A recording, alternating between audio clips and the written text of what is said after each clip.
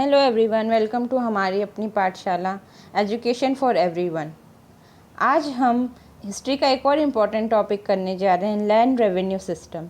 इस सिस्टम में हम जानेंगे कि ब्रिटिशर्स द्वारा जो भी टैक्सेशन हमारे इंडियंस पे लगाए गए थे वो किस तरह के थे और उनका क्या कॉन्सिक्वेंसेस था और उनके क्या फीचर्स रहे थे।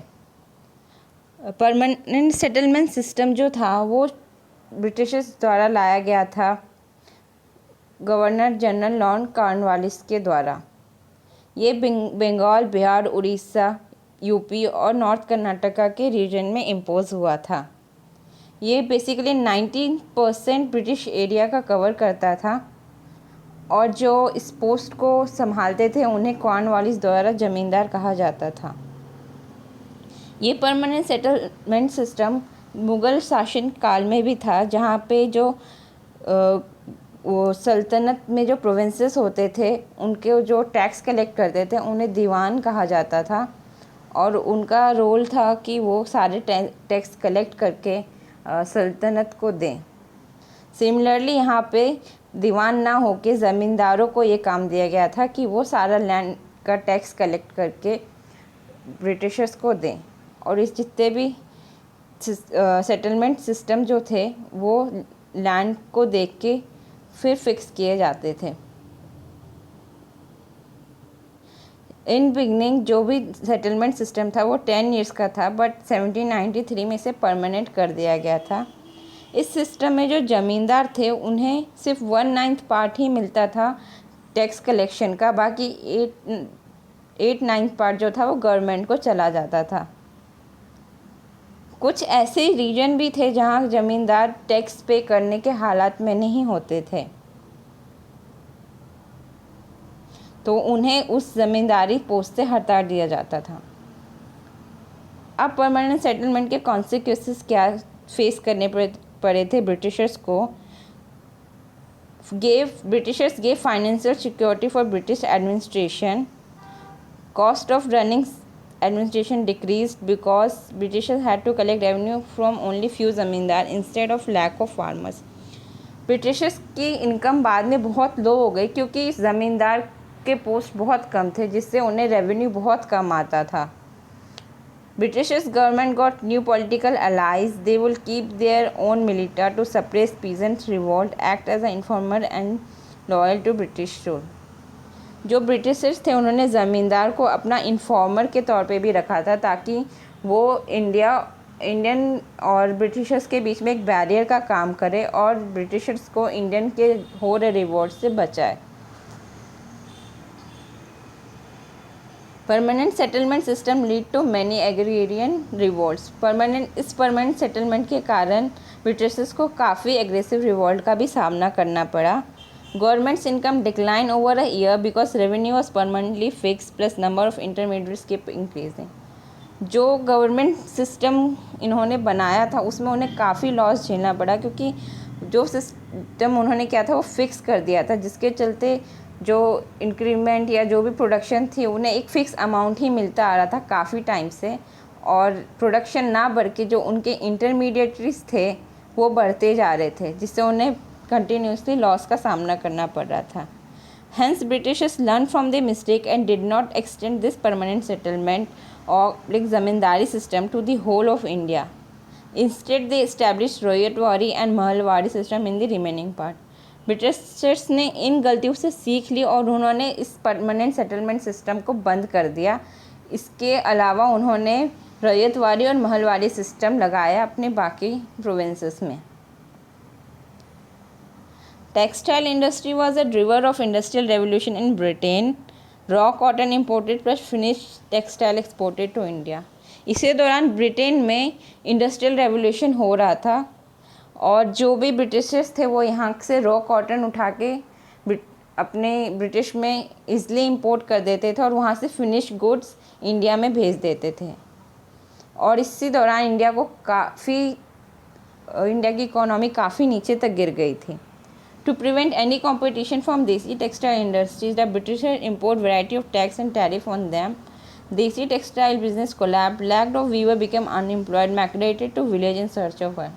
इस कारण क्या हुआ कि जो इंडियन क्राफ्ट्समैन थे उनका भी कंपटीशन हो गया था इंडस्ट्रियल टेक्सटाइल से जो ब्रिटिशर्स के थे। तो उन्होंने क्या किया, इंडियन की प्रोडक्शन पे जो उनके क्राफ्ट्समैन द्वारा प्रोडक्शन होती थी उस पर काफ़ी हाई टैक्सेशन कर दी थी कि वो इन टैक्स के चलते प्रोडक्शन कर ही ना पाए। इसी सब में जो इंडिया का टेक्सटाइल बिजनेस था वो कोलैप्स हो गया, यानी टूट गया, और जितने भी वीवर्स थे वो बुनकर्स वगैरह थे वो अनएम्प्लॉयड हो गए और इसी में वो अपने गांव की तरफ पलायन कर गए। Since they did not own any land, they had to become tenants at will of for ज़मींदार। Since वो लोग विलेज की तरफ माइग्रेट कर भी गए पर उनकी खुद की तो कोई लैंड थी नहीं, ज़मीन थी नहीं, तो वो एज अ टेनेंट ज़मींदार के अंदर काम करते थे। जैसे कि वो उन्होंने ज़मीन को रेंट पे लिया और उसकी जो भी प्रोडक्शन होती थी वो कुछ हिस्सा तो अपने पास रख पाते थे, बाकी उन्हें सारा का सारा ज़मींदार को ऑफर करना पड़ता था। Now Zamindar had the monopoly of controlling livelihood of thousands of people. They extorted more and more taxes. आज ज़मींदार के पास बहुत सारे पर्सन थे तो उन्होंने क्या किया, अपनी टैक्स की जो रेट थी उसको बढ़ाते गए क्योंकि सारा का सारा कंट्रोल ज़मींदार के खुद के पास था।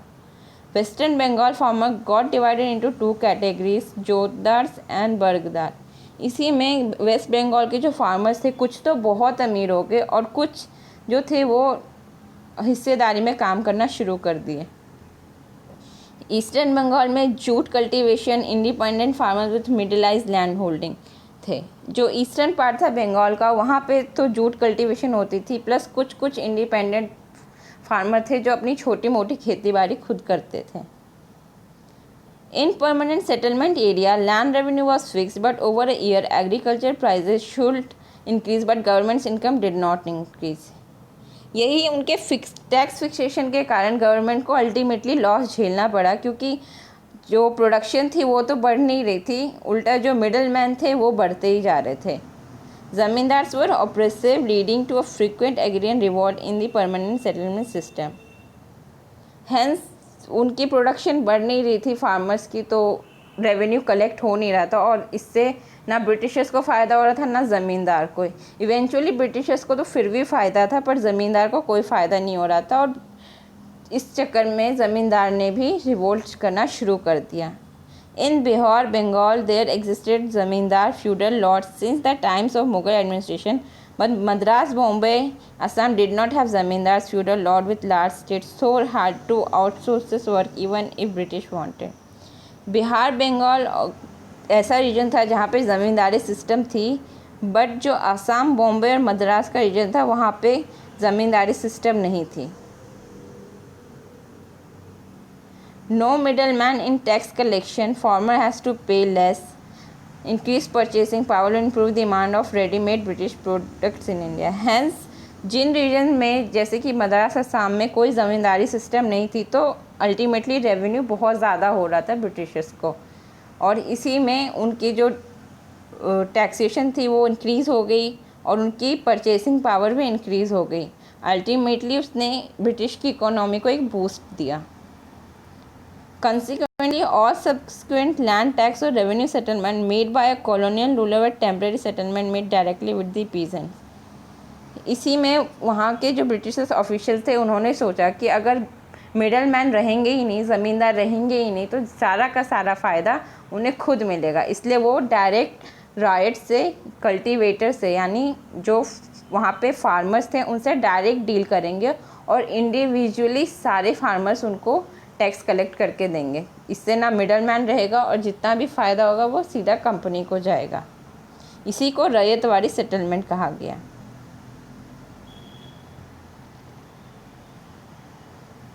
अब रैयतवाड़ी सिस्टम के फीचर्स क्या थे? Government claim the property right to all the land but allotted it to the cultivators on the condition that they pay taxes. In other words, it established a direct relation between the landholder and the government. इसका feature यही था कि जो भी government थी east India company की वो सीधा लैंड की जितने भी टैक्स होते थे, रेवेन्यू होती थी, वो फार्मर से इंडिविजुअली कलेक्ट करती थी। Farmer could use sell, mortgage, bequeath and lease the land as long as they paid their taxes. In other words, Ryotwari system gives proprietary right upon landholders. इस system में जो भी फार्मर्स थे उन्हें किसी और पे डिपेंडेंट नहीं होना पड़ता था। अपनी लैंड को अगर लीज पे लगाना है या सोल्ड करना है या फिर उस पर कोई काम करना है, वो अल्टीमेटली उसके खुद के मालिक हुआ करते थे। रैयतवाड़ी सिस्टम को कर्नल रीड ने स्टार्ट किया था 1792 में, पर इसको इम्प्रोवाइज़ किया था सर थॉमस मुनरो ने। इसमें बेसिकली 20 to 40 ईयर्स के लिए जो भी लैंड थी उसकी टैक्स फिक्सेशन कर दी जाती थी, और जो भी टैक्स की फिक्सेशन होती थी वो सॉइल की क्वालिटी पे बेस्ड होती थी।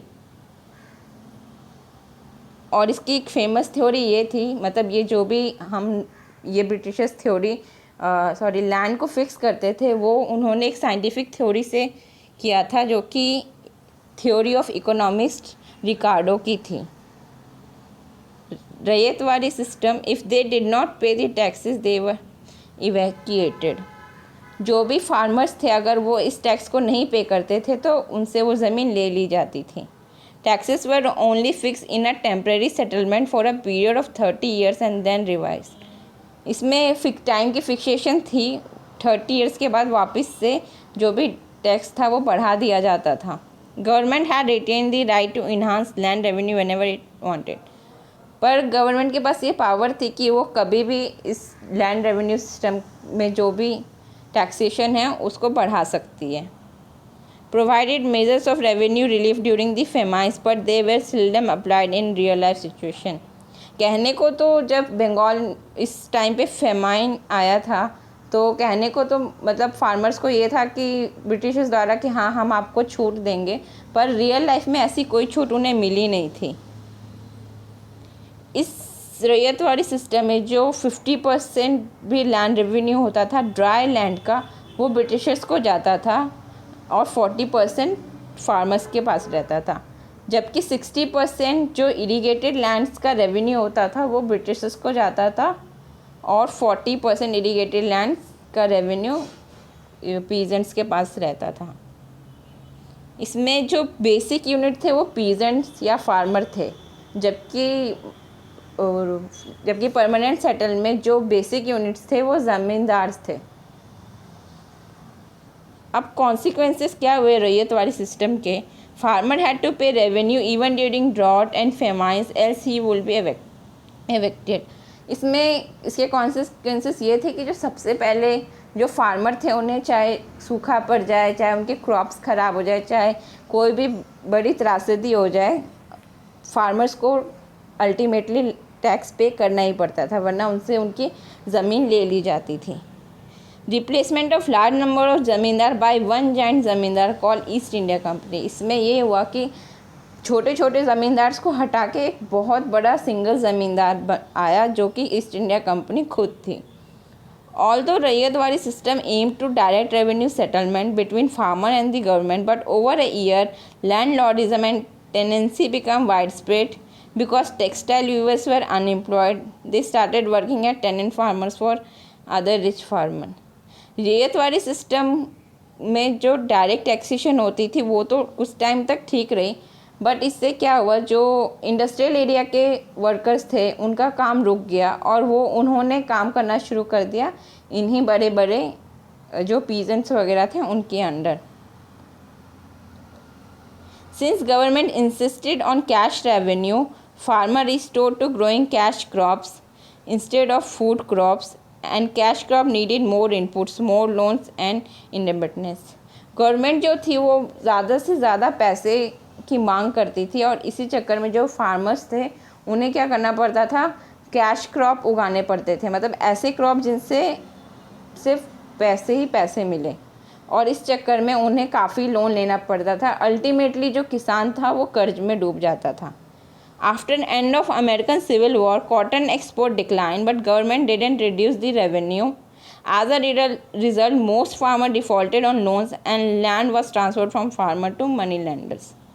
अल्टीमेटली क्या हुआ, अमेरिकन सिविल वॉर के दौरान जो कॉटन की मांग थी वो घट गई पर जो ब्रिटिशर्स थे उन्होंने लैंड रेवेन्यू कम नहीं किया, जिससे जो हमारे फार्मर्स थे वो काफ़ी हद तक कर्ज में डूब गए थे और जो उनकी ज़मीन छीन के मनी लैंडर्स को दे दी गई। नेक्स्ट है Mahalwari system. Mahalwari system mainly apply हुआ था Gangetic valley north west province में, सेंट्रल इंडिया, पंजाब में। यहाँ इस पे इसलिए हुआ क्योंकि यहाँ पे जॉइंट लैंड राइट्स थी, विलेजर्स को भी और जो कंपनी थी उन्हें भी। So British decided to utilize this traditional structure in a new form known as Mahalwari system. इसलिए ब्रिटिशर्स ने क्या सोचा कि हम ना किसी इंडिविजुअल से टैक्स लेंगे, ना हम किसी एक कॉमन पोस्ट बनाएंगे, हम वहाँ की जो विलेज है उस पर टैक्स छोड़ देंगे कि हर इंडिविजुअल उस गांव का टैक्स कलेक्ट करके एक पर्टिकुलर पर्सन को दे और फिर वो हमें टैक्स मतलब कंपनी को टैक्स दे दे। तो जो उनकी यहाँ महलवारी सिस्टम में जो बेसिक यूनिट थी वो थी विलेजेस की, यानी कि विलेज को ही महलवारी कहा गया है। आइए हम इसकी कुछ लिस्ट पढ़ते हैं। Taxation was impose on a village community since it had a right over land. जो भी टैक्सेशन थी वो विलेज की कम्युनिटी यानी विलेज पे थी। The village community had to distribute this tax collection target among the cultivators.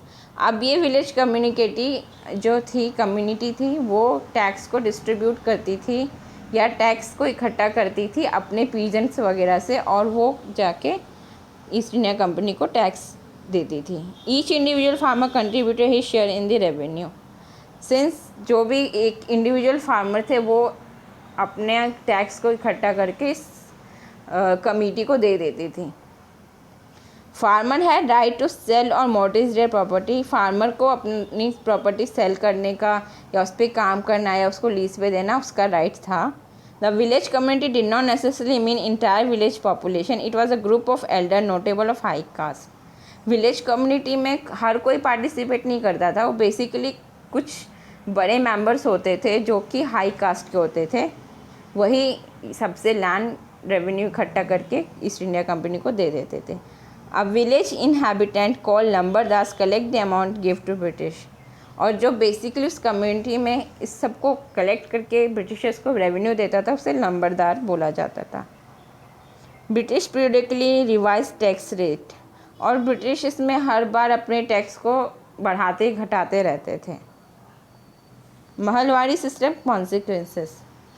अब इस महलवारी सिस्टम के क्या कॉन्सिक्वेंसेस हुए। Since Punjab northern India fertile land, so British wanted to extract minimum revenue of the region. Land revenue was usually 50 to 75%। जो पंजाब और northern India का land है वो एकदम फर्टाइल लैंड थी और वहाँ से ज़्यादा वेल्थ निकल के आ सकती थी, इसलिए वहाँ उन्होंने 50 to 75% तक का टैक्स इम्प्लीमेंट किया था। As a generation pass, father will divide land among sons. Fermentation farm becomes smaller and smaller and productivity. Since India में पेट्रियार्कल सिस्टम है कि जो भी बेटा है वो अपने पापा की लैंड का हिस्सेदार होता है, तो इसी तरह जो लैंड थे वो दिनों दिन फ्रैगमेंट में बढ़ते गए। अल्टीमेटली जो ये सारा सिस्टम था बहुत श्रिंक कर गया, मतलब सिकुड़ गया, और जिससे उनकी जो प्रोडक्टिविटी थी वो भी गिर गई। But still Britishers demand revenue in cash. No farmer had to borrow money to pay taxes in the cash of crop failure. तभी भी ब्रिटिशर्स जो थे उनसे कैश की डिमांड करते ही रहते थे और हाई टैक्स पे करने को कहते रहते थे, but due to crop failure जो ब्रिटिशर्स थे वो टैक्स पे करने की हालत में नहीं थे। As a result more and more farms pass into hands of money lender. When farm fail to repay debt, money lender will take away his farm, but he has no interest in self cultivation, so he had leasing it to another farmer. Since जो money landers थे वो किसान के tax ना पे करने पे उनकी ज़मीन हड़प लेते थे और उनका खुद का कोई इंटरेस्ट तो होता नहीं था इस चीज़ में कि हाँ हम खेती वगैरह करें, तो वो एक किसान से खेत लेके दूसरे किसान को खेत दे दिया करते थे। The subleasing, indebtedness and landlessness become more common in Mahalwari system. और यही पूरा सिस्टम था कि अगर किसी एक के पास पैसे नहीं हैं रेवेन्यू भरने के तो उसकी लैंड दूसरे को दे दी जाती थी, और इससे क्या होता था धीरे धीरे वो सब सिस्टम ख़त्म हो गया। ना उस सारे के सारे किसान कर्ज में डूब गए ड्यू टू हाई टैक्सेशन और क्रॉप फेलियर के कारण, और ये महलवाड़ी सिस्टम भी एट लास्ट लॉस में चला गया। महलवाड़ी सिस्टम 1835 में हॉल्ट एमसी किन्जे ने इंट्रोड्यूस किया था। इसका बेसिक यूनिट महल था, मीन्स कि जो विलेज थे वो, और लैंड मेजर्स, और इसके रेवेन्यू सिस्टम को फिक्स करने के लिए जो लैंड थे उसको मेज़र करके और उसकी फर्टिलिटी को चेक करके तब इन्हें लैंड रेवेन्यू भरने के लिए कहा गया था। सिंस ये सारी जितनी भी सेटलमेंट थ्योरीज थी या जो भी सेटलमेंट सिस्टम था, ये इंडिया की इकोनॉमी को ड्रेन करने के लिए ही बना था कि हम जितना ज़्यादा से ज़्यादा इंडिया की इकोनॉमी को ड्रेन कर सके और अपने वेल्थ में इंक्रीजमेंट ला सकें। इसमें से एक भी थ्योरी या एक भी सेटलमेंट ऐसा नहीं था जिससे इंडिया को या वहाँ के फार्मर्स को प्रोडक्टिविटी मिले या वो ग्रो करे। ये सारे के सारे सिर्फ ब्रिटिशर्स की अपनी ग्रोथ और प्रोडक्शन के लिए थी। तो आई होप आपको इन तीनों सिस्टम में फ़र्क समझ आ गया होगा, और ये तीनों बहुत ही इम्पॉर्टेंट टॉपिक हैं सारी पीसीएस और बाकी एग्ज़ाम्स के लिए भी। तो कल हम नेक्स्ट टॉपिक करेंगे हिस्ट्री का। Thank you for watching. अगर आपको वीडियो अच्छी लगी तो चैनल को लाइक, सब्सक्राइब और वीडियो पे कमेंट ज़रूर करें। Thank you.